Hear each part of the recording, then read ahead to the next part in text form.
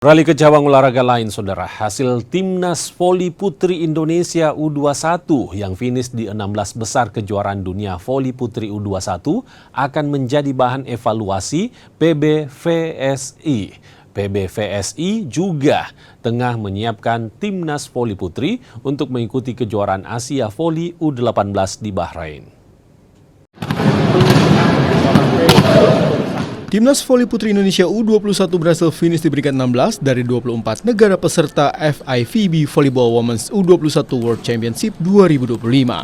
Hasil ini sudah memenuhi target dari PBVSI untuk keikutsertaan pertama kali dalam kejuaraan dunia voli putri U21. Usai kejuaraan dunia voli putri U21, PBVSI segera melakukan evaluasi terhadap pemain maupun pelatih.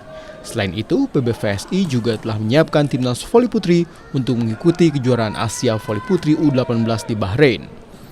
Menurut manajer Timnas Voli Putri Indonesia, Ernita Pongki, dari Timnas Voli Putri Indonesia U21 akan diambil beberapa pemain yang masih bisa bermain untuk U18. Mengenai pelatih yang akan menangani Timnas Putri U18 akan ditentukan oleh PBVSI. Nanti untuk kesiapan berikutnya kelihatannya ada pertandingan yang U18 yang di Bahrain. Mungkin setelah ini mereka langsung akan masuk ke TC untuk persiapan ke Bahrain. Untuk pelatihnya selanjutnya mungkin ya dari PBVSI akan melaksanakan evaluasi ya. Siapapun nanti pelatihnya mungkin yang menentukan adalah PBVSI. Selain itu, pemain Timnas Voli Putri Indonesia U21 yang dinilai berkualitas juga akan dimasukkan dalam Timnas Senior proyeksi SEA Games 2025 Thailand Desember nanti.